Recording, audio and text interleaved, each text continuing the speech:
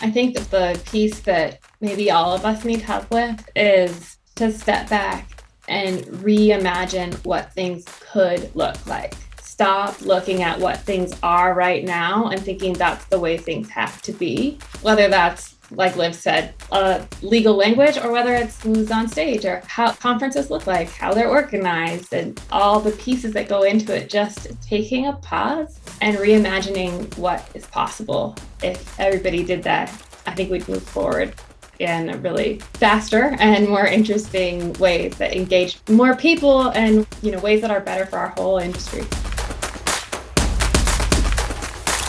Welcome, ModelFA's David DeSell here, president of ModelFA and the host of the ModelFA podcast. Appreciate you all joining us today. Really excited for both of our guests today. It's a topic that we haven't covered here on our show, nor do I think our industry does a great job in covering in general. And Sonya and Liv are change agents for this. And I'm excited to highlight both of them, their company, their stories, and their vision today. I'm going to ask a lot of questions, a lot of which are maybe uncomfortable for me to ask, and I would imagine uncomfortable for you to ask, given the topic and the fact that this isn't discussed a lot. So hopefully this conversation is eye-opening for myself as well as all of you. And without further ado, Sonya Dreizler is an author and a speaker and an outspoken advocate for racial and gender equity in financial services. She has a 20-year history in the field, including as a broker-dealer and an RIA executive. And Liv Gagnon is a media relations specialist, public relations consultant, and a branding expert who's helped dozens of companies launch into the public eye with a focus on social values. So I had been connected for a little while with Sonya on Twitter, actually. It's just amazing to me how we can be recording a podcast right now just by, seeing someone's tweets every so often. And as I was observing your tweets, I realized that it was a topic that I had never really paid a ton of attention to, didn't have a lot of awareness around. And quite frankly, the amount of tweets that you tweeted, for lack of a better way to put it, really showed to me anyways, your passion and commitment to this topic. And so I shot you a DM and said, hey, why don't we have you on the show? You said, let's bring on Liv as well. And here we are. So with that, Sonya and Liv, welcome to the show. Thank you. Thanks for having us. Of course. So I don't know who wants to get started. I guess, Sonya, your name appears first on my end. So perhaps we can just start with you. You have some background in the broker-dealer space as well as the RIA space. And I guess kick us off with a little bit about your background. Like, how'd you get started in this industry in general? And then bring us up to where you are now. And we'll unpack that a little bit further once we have Liv do the same. All right, that sounds good. So, first, thanks for having us on. It's a pleasure to be here today and to see you. So I started in the industry. I had just moved to San Francisco at a time that was not a very good time to get hired right out of school. And it was post.com bust, and there were not a lot of jobs. And so I worked a few different jobs that were terrible, honestly, and was taking any interview I could get. So when I got an interview to be an executive assistant to the CEO of a broker-dealer, I took it, even though I wasn't interested in being in finance. She offered me a job on the spot. And I said, yes. My negotiation skills were not so great back then, but it was a good job. And I told her I wasn't wanting to be in finance long-term. She asked me to make a 1-year commitment. And I said, oh, okay, fine, I can do that. And then I stayed at that company for a very long time. She had a lot of faith in me and kind of threw me right into the deep end. I had no finance experience, and she put me I was the liaison between all of our advisors and Advent back office services for performance and portfolio reporting. And so you had to learn really fast all of the terminology around investments. And I didn't even know equity and stock was the same thing. I had to learn that on the job. And anyways, my boss had a lot of faith in me and just had an open door to answer questions. And she moved me from department, essentially reorganizing each area with my outside perspective, making things more efficient, more streamlined. eventually, after many, many years, I became our chief operating officer, which is a natural fit.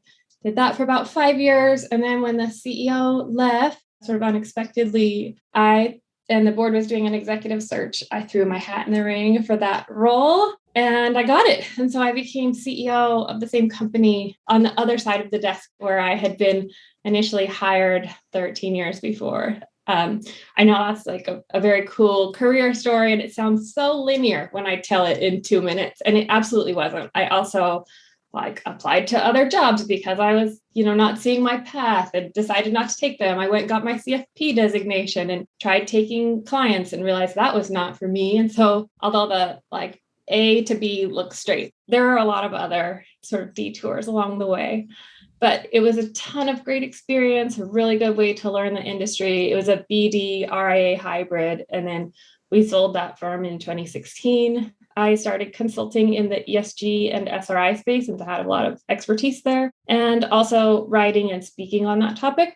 And as I sort of got my independence and my feet underneath me as an independent consultant, I started talking more about the things that I was really passionate about, race and gender, and tying it in to financial services. After, spending so much time in financial services, seeing race and gender inequities play out in our field, I thought I'd, start writing about it and start talking about it. And that's been my main focus for the past few years. And it's how I met Liv and how we got, and, is one of the basis for Choir, one of the things that the Choir builds on. So I'm going to let Liv tell her story and then we can talk about what we do at Choir. Love it. I was going to say there's probably a justification to have an entire podcast episode on journey from, the analogy is, going from sweeping the floors to running the company, right? So I think that there's a lot of stuff in there. I know that that's not our main focus today, but I think it helps with our audience to help set the stage and give a sense as to, your background and credibility in the industry. So I appreciate you sharing that. Thank you. Liv, over to you. Something similar in terms of some background up to Choir, and then we'll start to unpack what Choir is. Sure. I'll give the full story, which I don't believe I have yet on a podcast episode. So my background is entirely in PR and media. I went to school for actually audio production and switched over to PR here we are. pretty quickly. And after college, I was working down in Nashville at more of a generalist PR agency.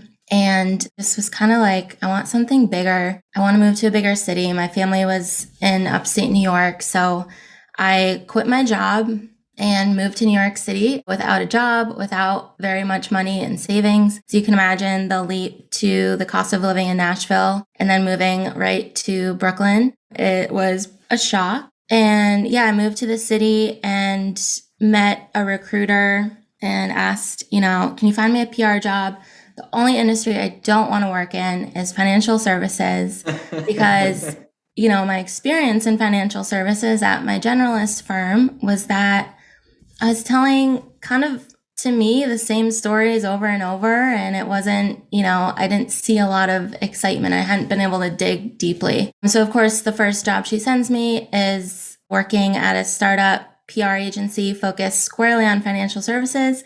And I was like, I would be a fool not to take a job living in New York City. So I took it. And I really entered into the whole world of wealth management. I was working with also at a PR firm that at the time was tiny. It was in startup mode. So had a ton of responsibility really quickly. I was working with, I'm like a 24-year-old working with CEOs of large mega RIAs and huge fintech providers, and just really taking it all in and saying, let's do this. And a couple years into that, I started just realizing as I was, trying to tell the stories of these clients that we were putting the same stories in the spotlight over and over. And it was such a male-dominated field, and anytime I got to work with a client who was a woman or who was underrepresented in any way, I was just drawn to those stories because they were different. And those are the stories I wanted to tell, but the way the whole process worked, these mega companies, I was putting the same people in front of these reporters time and time again. And around that time that I was like second guessing, is this the field I want to be in? I hit a really significant milestone in my life. My mom got sick and passed away over the course of 8 months. And that was really traumatic. It was a huge life-changing experience, obviously. And it made me think at such a young age, younger than probably most, have to ask this question: what is the purpose of what I'm doing?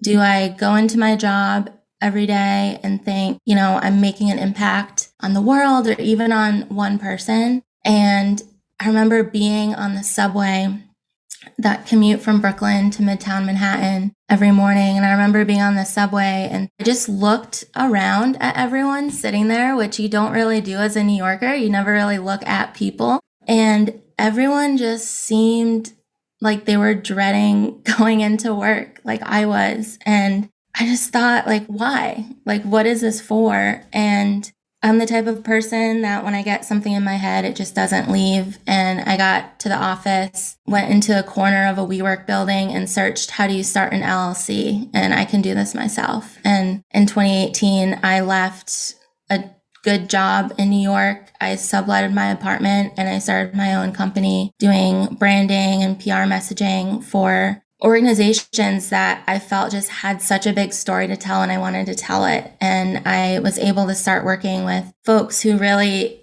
were at that intersection of social impact and finance and how finance is truly changing the world. And that was, what I was doing when I met Sonya. I was leading my own consulting firm, and we just quickly became connected and we're fast friends. And that kind of led us to starting Choir. And the idea for Choir was born about a year ago. Love it. I appreciate you sharing that with me. And I also love hearing the stories of someone who's, working at a quote unquote 9 to 5 and what that moment was that prompted you and gave you the courage to go out on your own. So hearing about the subway visual that you had, everyone heads down, headphones in and just minding to themselves. And as you put it, kind of dreading, the commute, so to speak, and heading to perhaps, their BS jobs that, they're stuck in, and then just starting off from scratch with Googling how to form an LLC is pretty cool. So I appreciate you sharing that.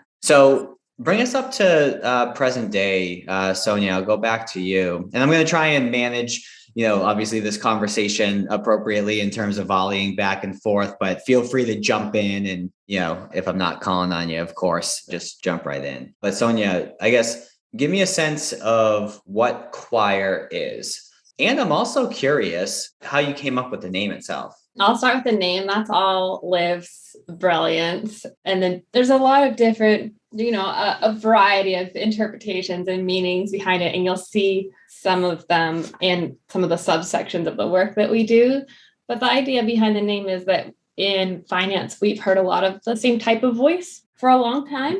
And just like a choir, we think that we're able to better serve the industry and the general public when we hear from everybody's voice and perspective, a wider variety. So that's where the name comes from. And what Choir is, we're a diversity tech company. We're on a mission to lift the voices of women, non-binary folks, people of color, and especially women of color, financial professionals on conference stages and in the media. And we do that with 3 different offerings. And the reason we have 3 is so that anybody who wants to, who works in financial services, who cares about this issue, can also join us and be a part. And so the first one, best known now, is that we have the first conference diversity certification for financial services conferences. And so we work with conference organizers on that, and conference organizers and their companies. And the second is a platform that connects women and people of color financial professionals with opportunities on stage and in the media. And the third is a pledge of solidarity that allies and really anyone in finance can take. And we are happy to chat about any or all of those 3 today, depending on which ones you think would be of most interest to your podcast listeners. Yeah. So, and I'm just going to spitball. We prepared the topics on our intro call, but I purposely did not prepare questions for today because I wanted to just ask what came to mind and keep it, super fluid and conversational and sincere.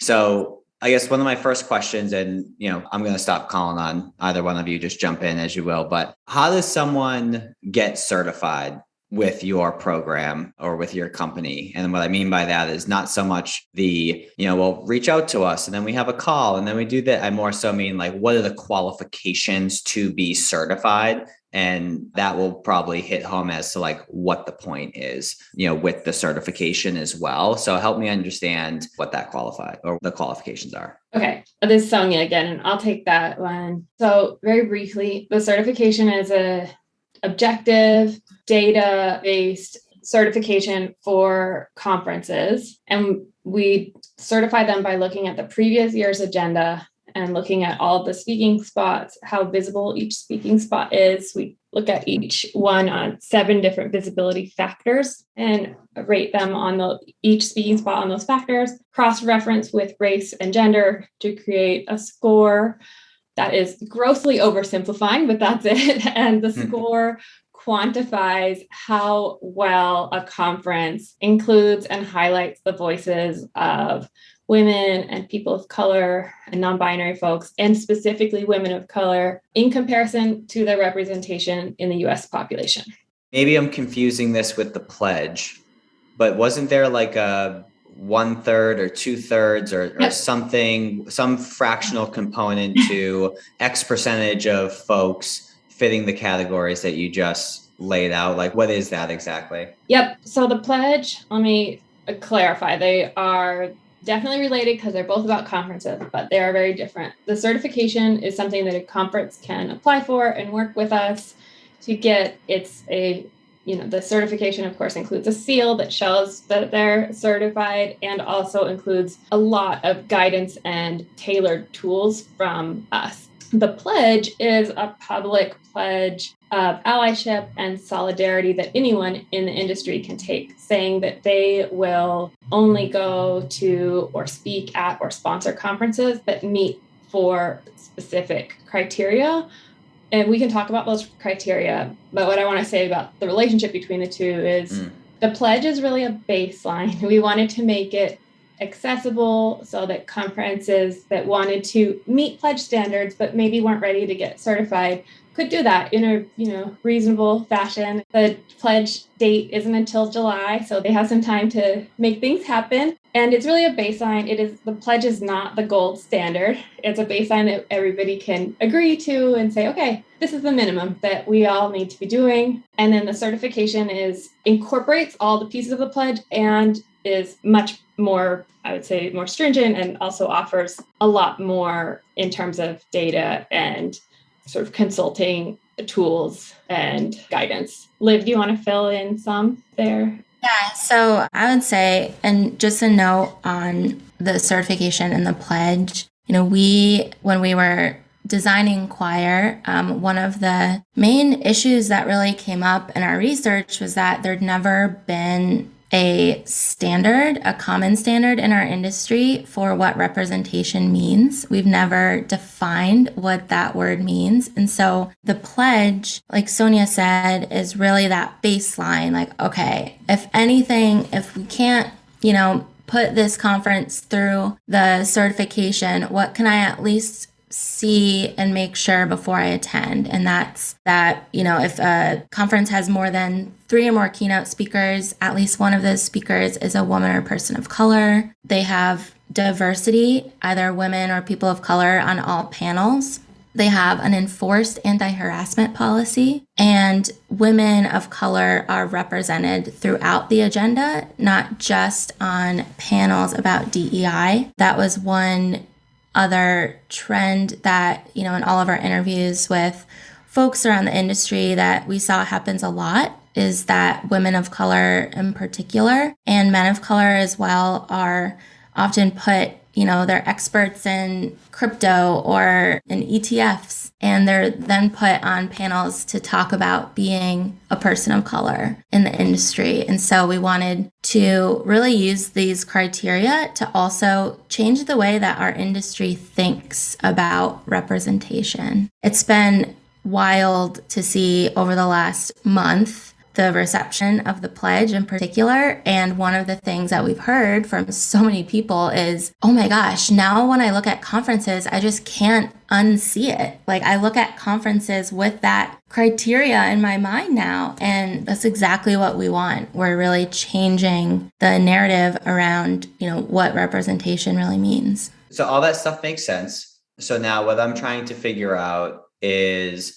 you have our industry, which predominantly is a bunch of older white dudes, to put it in layman's terms. And a lot of times people are habitual and stuck in their ways and unwilling to change, like in their eyes. If it ain't broke, don't fix it, again, through their purview. So how do you start to get these people, including myself, how do you start to get us to care about what you're doing outside of relying on the fact that like I'm a good human being and I would like to be doing the right things, but like how do you like catch my or their attention and say, hey, here's why this is so important and here's the impact positively it can have on you, or here's the impact negatively that it can have if you don't do this. Like help me understand some of that stuff. There was something you said in there that wasn't exactly part of your question that I want to address. You were saying, yeah, I'm a good human. I want to do something about this, but it's like not. And you also said it's not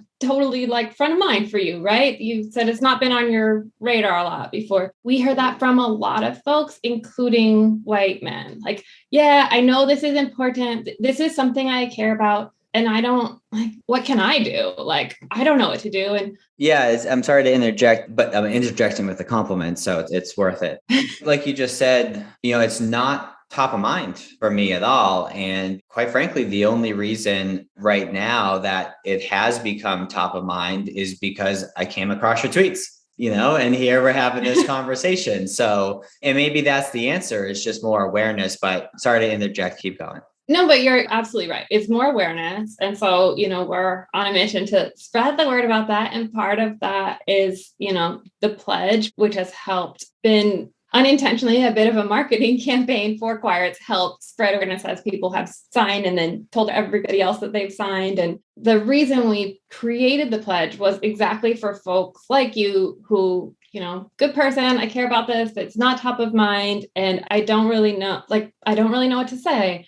Like, yeah, I've been invited to speak at things. And so I told them, make sure there's women on the agenda, or like people just don't know what words to say or what to use. And so we created the pledge exactly for that reason, so that well-intentioned allies could sign it. And if somebody asks them to attend a conference or speak at a conference, they can say, I would love to speak at your conference. I am a signatory to the choir pledge, and it has these 4 requirements. You can just link to the pledge or tell them the requirements. Can you tell me if if the conference will be meeting these 4 requirements? And if so, absolutely, count me in. I'd love to be there. And so we really want to give that really easy tool for allies to use, so they didn't have to figure out how to navigate what are kind of awkward and difficult conversations, especially for white people. Talking about race can be really, really hard. And so just giving the words and the tool and saying, I signed, can you meet these things?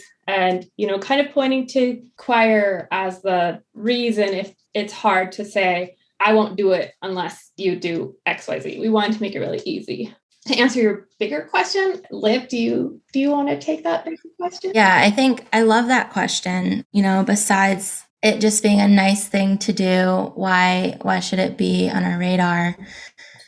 And I think that's such a fair question, because often, especially for white men in the industry, when you're not a part of, when you don't experience the problems, or when you're not centered in that conversation around representation, it can be hard to see. It's like you don't know what you don't know, right? You don't see it because it's not part of your everyday consciousness. And it's the very reason that choir is a for-profit business and not a side project or a nonprofit or a social network. It's representation is not just nice to have. It's good for business. It's good for moving an industry forward. It brings new perspectives that drive innovation drive new technologies, new networks, new entire communities that we're looking to serve, having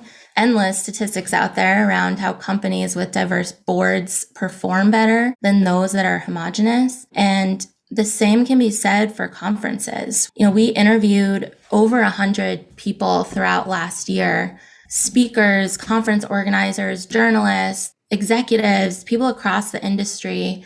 And we found that, as the event space is becoming more saturated, folks, and especially post-pandemic or hopefully post-pandemic, folks are really thinking harder about what events they want to attend, where they're going to put their time, money, and resources. And what we found is that people are looking to attend events where they feel like they're part of that event, where they hear their voice on stage, or they resonate with perspectives that maybe they haven't heard before. They want to attend events that don't have the same people speaking over and over again. So having a partnership like Choir, where you can really look and say, this is exactly how we are putting action to our promise. This is where we stand. This is our Choir score. We're committed to representation. And here's a very transparent look at how. It's good for business. It's good for drawing people in. And the other part of that is,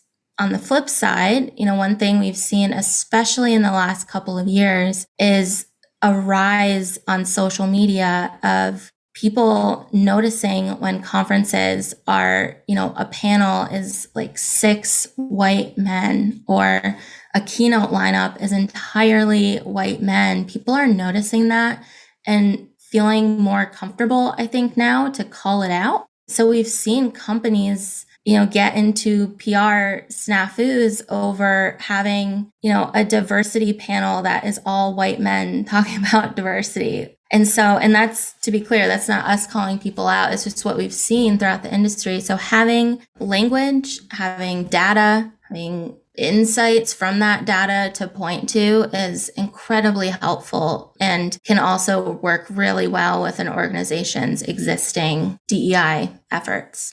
Hey, ModelFAs. I know you're enjoying this conversation, but I wanted to take a quick break to talk to you about the ModelFA Accelerator. This is a unique collaboration between us and you, where we help you build a financial advising practice that you can be proud of. We focus on the foundational concepts around how to pick a niche or a specialization, how to price your services, how to construct an offer that people are going to buy, and then how to market it and sell it in a way that'll get people to sign on the dotted line and become clients of your firm, all while giving you the information to scale and set up workflows and operational processes that will allow you to reclaim your time and build a practice that doesn't run you. So if you'd like to hear more about that, go to www.modelfa.com/accelerator or www.modelfa.com. Hover over Work With Us and click on Accelerator. Hope to see you in the program. Now, how do you acknowledge or pat someone on the back, so to speak, or maybe you don't do that when there's progress on their part, but maybe not perfection? So what I mean by that is, and I don't know if these are like set in stone ratios or numbers, but Sonya, you used an example of if you have 3 keynote speakers, having at least at a minimum one of them fitting the categories that we've been talking about.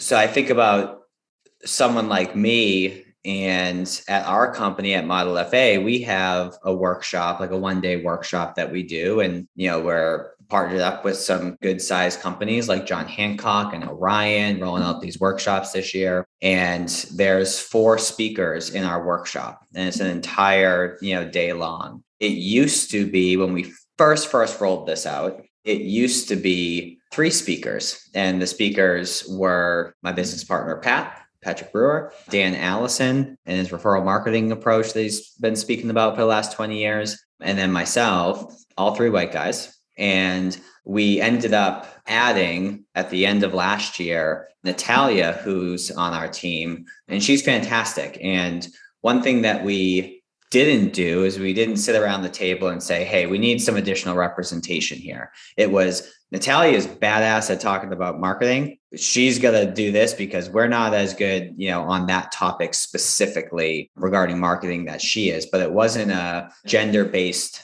decision.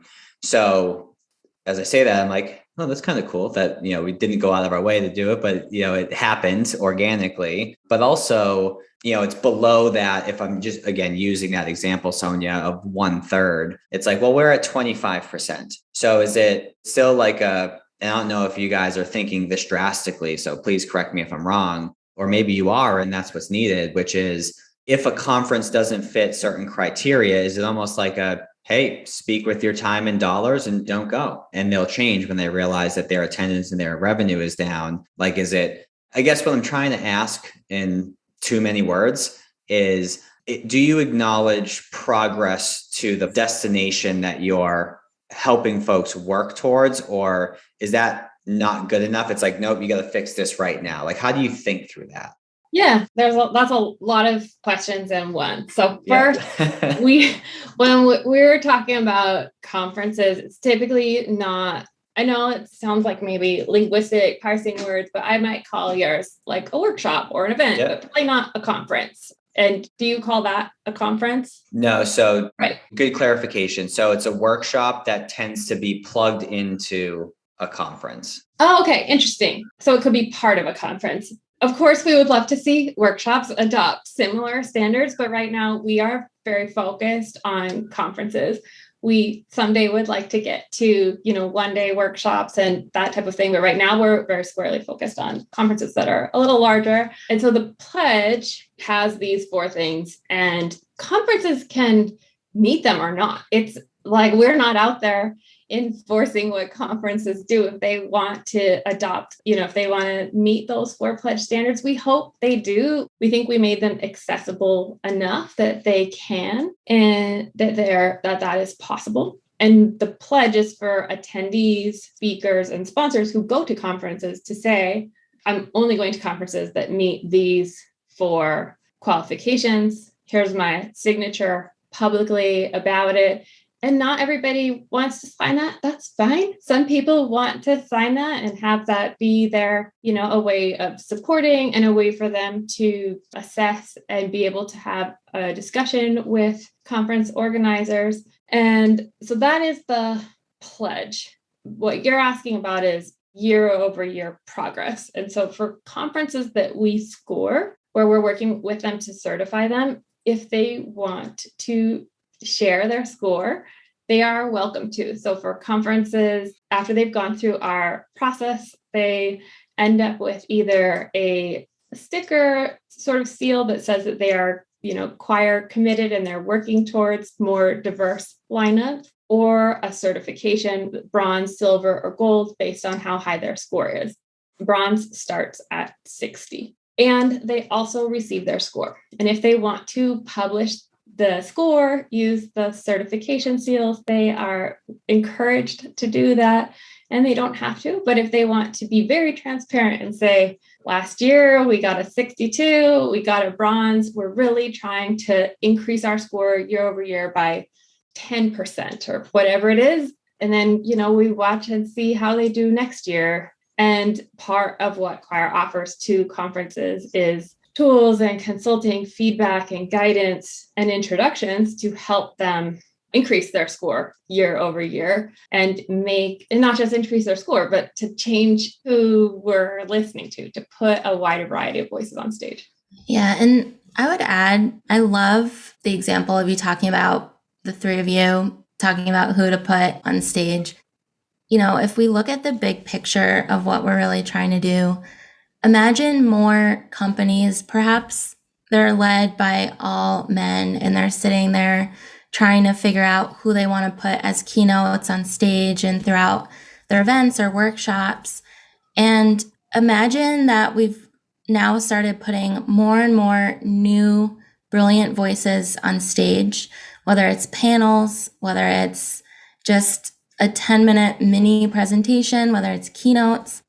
And so when you're thinking of who do we want to have speak at our conference, when you're thinking of the people you've heard speak in the last year, that's such a wider variety of folks. And so, you don't have to think like, who can we put that's a woman? Who can we put? It's your automatic consideration is just so much more representative. And that's really where we want to lead the industry. we score and focus on speaker by speaker, what the visibility is and representation. But 10 years down the road, 20 years down the road, if our industry is just that representative that, we work ourselves out of business, that's great. That's what we want.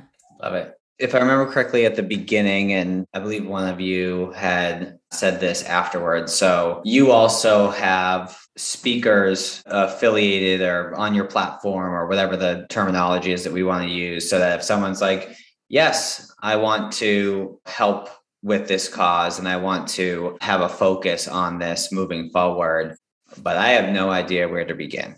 Like conference organizers who don't have a network. It's like, you know who you know type of thing. Mm-hmm. Yes, we wanted to, when we started Choir and we were looking at, why are we hearing from the same people over and over? Like Liv said, we interviewed so many people and looked at a lot of things, and we found two main problems. There was no diversity or representation standard that anybody was aiming for. There was just nothing except just good intent. And the other issue we found was homogenous networks. It was a big problem. And so, yes, we are working on solving that too.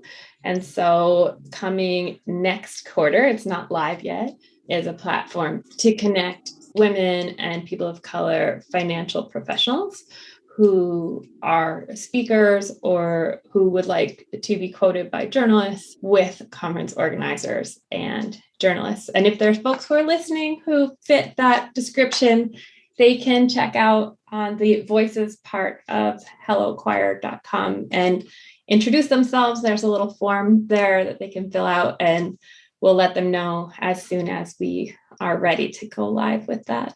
We're really excited.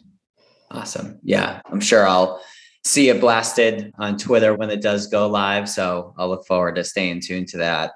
So one of the things I want to avoid for myself, and I would like, based on this conversation, to help others avoid as well, is doing something purely for the purposes of checking a box, right? Where it's like, all right, we did the bare minimum, we're good, right? And making sure that people have the right intentions around it. And I think part of why conferences can be filled with the same people, in and out, right, is because these people have been speaking for years and they're credible and they've heard them speak before and they know they're going to deliver good content. And the folks that you're serving on your platform next quarter, perhaps they have just as good of material and they're just as dynamic in terms of speaking. They just haven't been given the platform before to be able to have their voices heard and be exposed to people like me, to where it's like,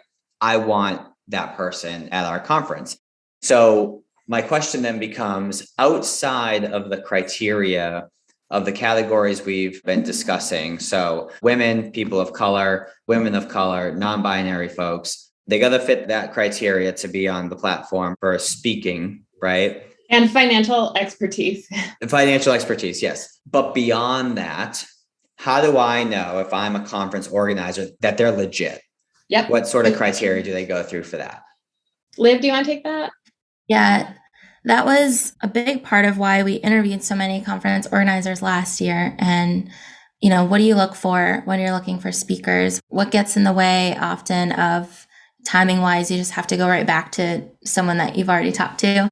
And so the Voices platform, we're designing really to be just as beneficial for the voices, the experts that we have on the platform, and the conference organizers or journalists. So the voices can say how many years experience they have, if they've spoken, show us a video of you speaking, show us anything where we can get to know you quickly through this platform so that we can start removing those barriers of, well, I haven't seen them speak before. I don't know how dynamic they are on stage. Can I clarify that she means show conference organizers? So on a Voices, yes, you upload a video of you speaking at a conference or speaking to the camera to show your personality and how dynamic you are. And that's on your profile. So conference organizers can get a feel of your personality. So showing conference organizers. Go ahead, Liv. I just want to clarify. Oh, no. Thank you for that. So to eliminate that back and forth, we want the voices to say, I would like to speak on panels. I'd like to speak on keynotes. I'd like to maybe just introduce a panel to give more of that insight to the organizer and say, oh, okay, this is exactly where we can offer this speaker. Will they take unpaid speaking opportunities? Do they require payment? What's the range? We really want to just make all of those discussions easier and more streamlined so that folks can really start building their networks.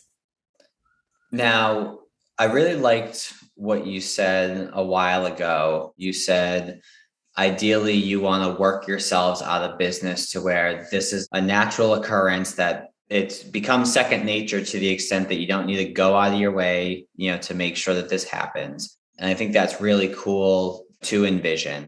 But let's say 20 years from now, that happens. What needs to happen between now and then, above and beyond what you're doing now? Like, what are some of those vision checkpoints that you have for choir and for the industry to get to the point to where you're putting yourself out of business, so to speak? And how do people help with that? And maybe it is the three things that we outlaid already.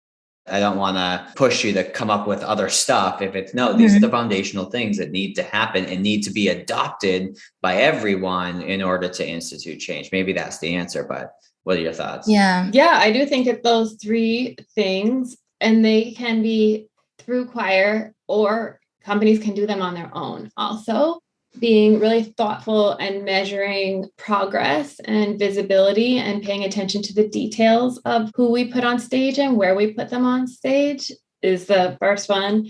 Creating a wider networks, intentionally working to have wider networks. So that's what we do with the Voices platform, but everybody is welcome to do that on their own, of course.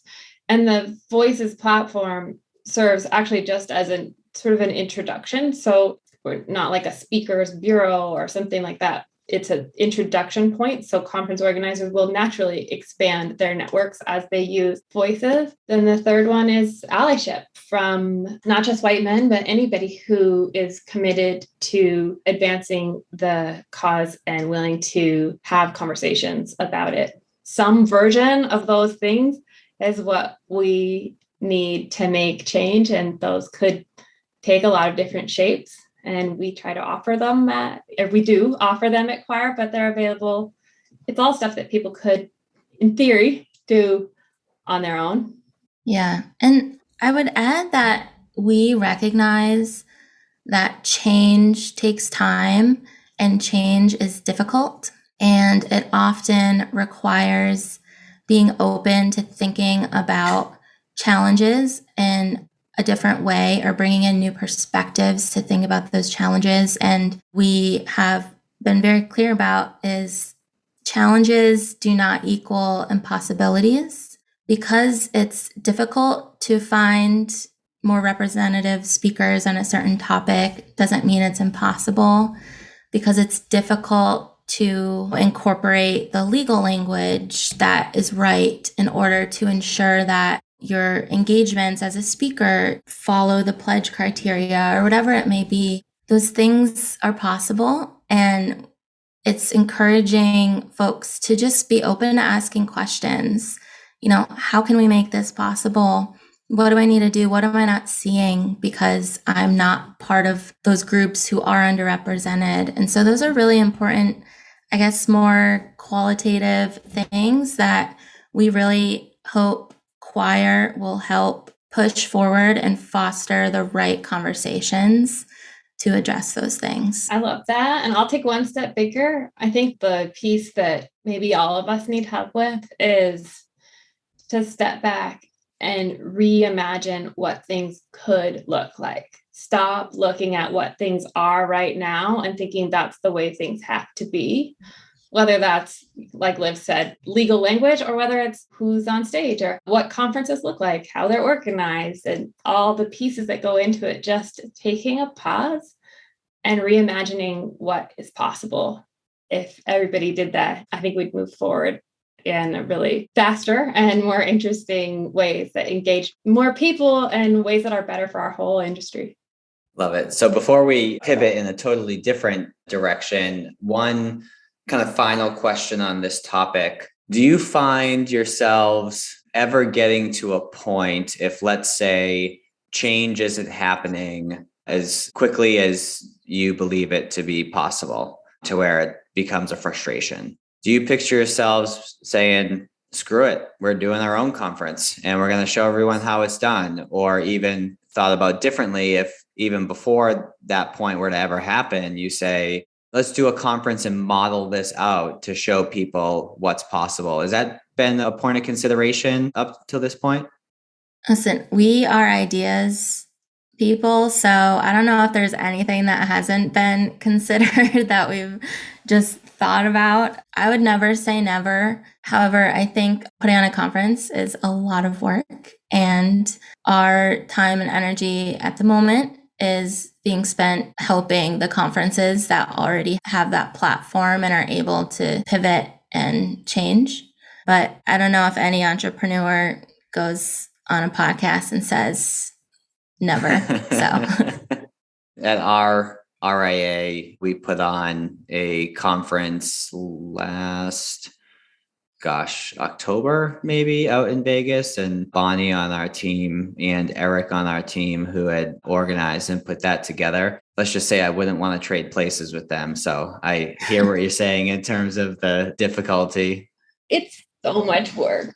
Even when I was introducing myself in my bio, I said how I did all these different things at my old firm. One of the first things I started was event coordination for all of our events. And they were not even large, like some of the conferences that we're organizing. They have, 60 people maybe total. And that alone, one day event for 60 people is a ton of work and coordination and logistics. So that's definitely not top of mind, but definitely never say never. Like Liv said, we are idea machines. And what's been interesting doing this work, even publicly just for a month, people have come to us with their own ideas of conferences that are really like cool and interesting and so different from what we're seeing right now. So I don't know. I think we're in for a treat in the next few years. I think conferences will look different and really change. And I'm really excited to be a part of that broader movement. Well, I wouldn't doubt it too, if throughout your conversations and connections and, you build a relationship with a conference planner and find out that they're passionate and they want to institute these changes, but maybe they don't have support from above, so to speak. And they're like, you know what? Let me just do this with you. And maybe you start, finding some good quality people that aren't getting the support that they need to make these changes. So who knows? You heard it here first. Awesome. Well, I think that was very helpful for me, because I think oftentimes I believe myself to be a good person, but if something isn't, top of mind and at the forefront, not that I don't care, but I don't care because it's not top of mind. So it's tough to care about something that you can't see or feel or touch or whatever. Totally. And especially with conferences, like if somebody asks you to speak on a panel, often the first reaction is, yeah, absolutely. Like, I love that topic. I want to talk about that. And not, yes, I'm interested in that. Can you tell me who else is speaking on the panel, and will it be a diverse and representative group? That's not a natural first step. And so we're hoping to, just with the conversations that we're having, encourage people to include that in their thinking when it hasn't been a natural reaction before.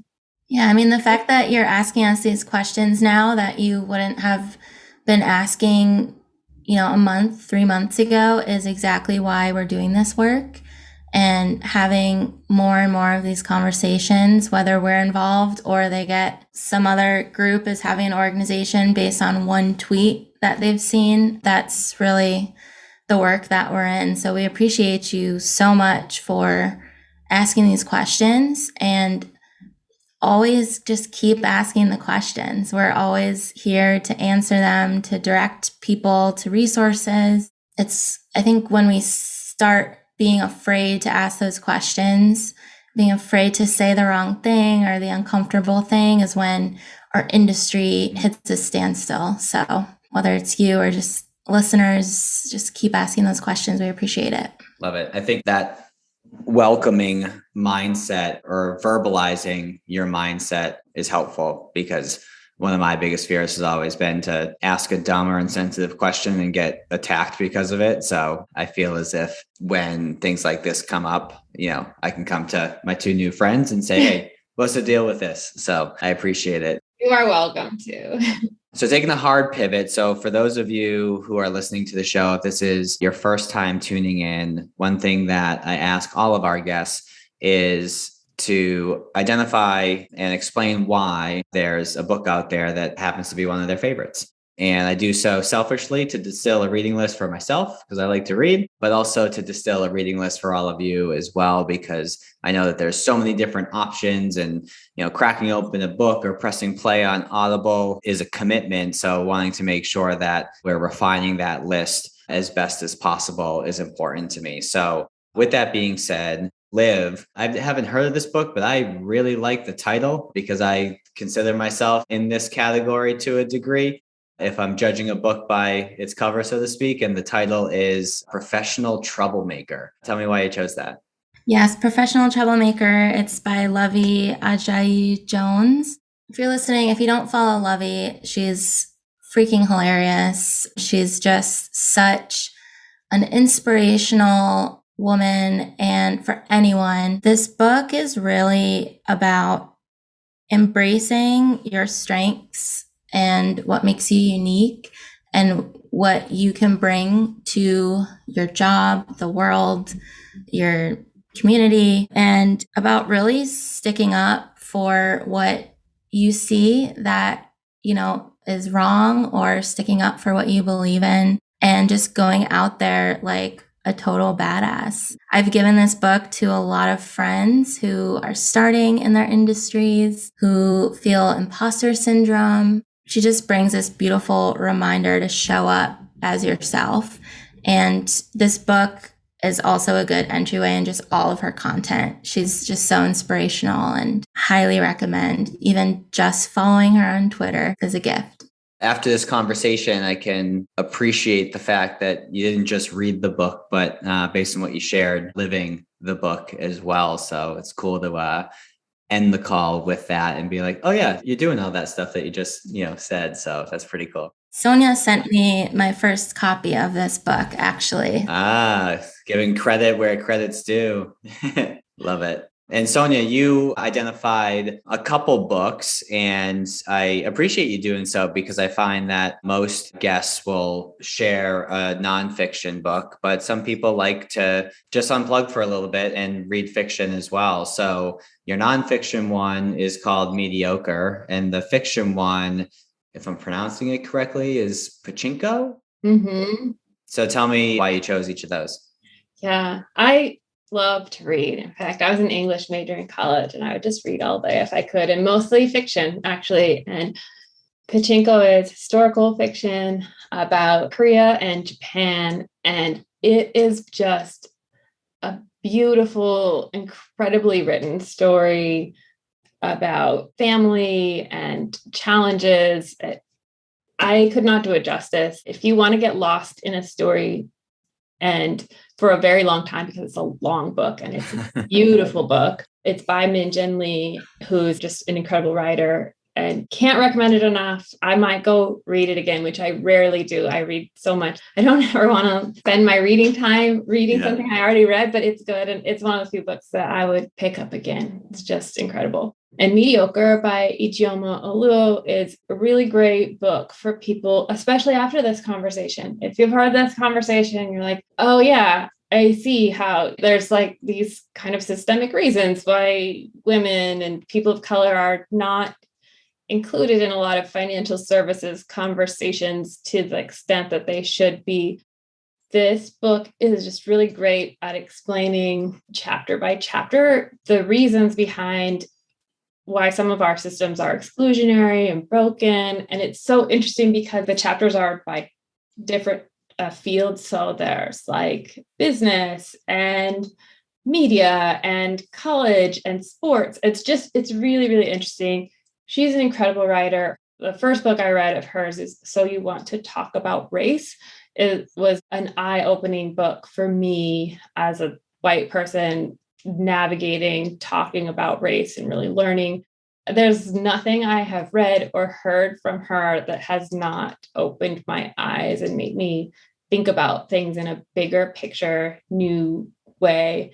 And her way that she writes, it's not really like, it's not blaming, it's not, it's just explaining. It's explaining all of the history behind what has happened to get us to where we are today. So you have a better like contextual understanding of the challenges that we face. And then also, with a better understanding, it's easier to be inspired to make changes to those systems. Love it. And the way that you said it was formatted, I don't want to say the mediocre book, the book mediocre. The way that it's formatted seems like, after you read through it, if you ever need a review or remind yourself, you can just pick the chapter as like a standalone thing. So that's pretty cool. Yeah. That one I listened to on Audible and it was great. So good. And then this is another one. It was so good on Audible that I bought the hardcover book because of that. I wanted to be able to page through and review when something came up. I was like, oh, I want to, like, what did she say about that particular thing? Like college football came up. I'm like, let me go see what she said about that. Even topics that you don't think you'd be interested in. Like I could care less about sports, but every like topic that she talks about in that book is so interesting. Just the history of it. How about you? What have you read recently? Oh my goodness. The best way for me to answer that is if you give me a topic. So I just grabbed my phone and my Audible app, but like last year I read over 100 books, the year before 170. So like I'd say I love to read, but I love to listen on Audible at like, 1.5, 2x speed, depending on how they narrate. One that I read recently just because he brought in, there was a lot of really good stories, a lot of really good principles, like success principles, but he brought in his humor into it and he narrates it himself, is Will by Will Smith. That was the most recent one that I just finished. That was really good. I've read a lot. So if you said, hey, what's your favorite book about such and such a topic? I'd be able to answer it, but there's too many to pick one without that. David Goggins' book is really good. Can't Hurt Me. And again, I guess I'm finding that I like the way that they're formatted and narrated because he has a narrator, and this is all like mental toughness and persevering and all that. Like if you don't run through a brick wall after listening to this, then you didn't really hear it. And the way that it's formatted is they have the narrator, narrating. And then at the end of every chapter, the narrator talks with David Goggins, like through a podcast style thing in between each chapter to like debrief what they just read. And I was like, that's super cool. Yeah. So that's called Can't Hurt Me by David Goggins. And then one of my guests earlier today, Shanna, she had identified Think and Grow Rich. And I was like, that's a book I read every year, just as like a friendly reminder as to, the power that we have between our ears. So those are a few. Great. I wrote them down. Love it. Awesome. So if I'm listening to the show and I say, sign me up, I want to join the pledge, or if I say, I don't know where to start, where do I go to learn? How do they get connected with you? How do they get connected with Choir? Where can they find you? So you can go to our website, hellochoir.com. Probably the best place to have the whole overview of what we do. And when you're there, hellochoir.com/pledge is where you can go and read the pledge and you can sign up right through there. You can go to hellochoir.com/certified if you're interested in possibly getting your conference certified. And hellochoir.com/voices is if you or someone you know is a woman, person of color, non-binary person who wants to talk to the media or speak on conference stages, please go there, hellochoir.com/voices. You can sign up and answer a few questions. And you can find us on Twitter @HelloChoir, Instagram @HelloChoir, and Sonya and I's handles are both just our first and last name. And if you're just listening on your phone and you don't want to do all that navigating, text the word choir to 55444 and that'll sign you up for our newsletter.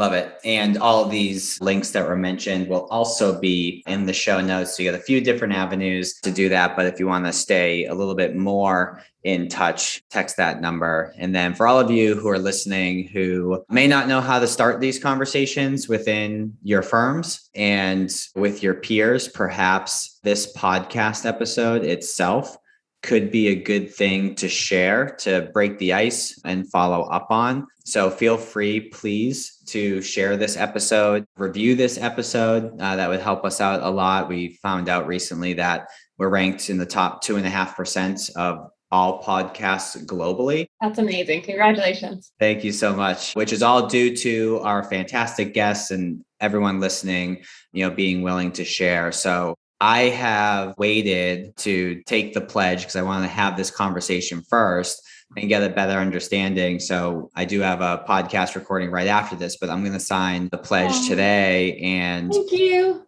For those of you who do sign the pledge, if you take a screenshot of proof of that, then text that to me to 978-228-2338. You'll get an automatic reply with a link to fill in your first and last name. And then after that text, it's actually me corresponding with you. But if you send me that screenshot, we have a program called the ModelFA Accelerator program, which is basically all the coaching and consulting that we provide, but in video form. So it's more of a do-it-yourself type of model. It's something that we charge for, but if you go ahead and take the pledge and shoot me a text with that confirmation, I'll go ahead and give you access to that program for free as a thank you for taking that. Oh, dude, that's awesome. Thank you. You're welcome. Yeah. This was not shared. It was not planned, but I felt compelled to do that after this conversation. So appreciate the two of you. And for those of you who take me up on that offer,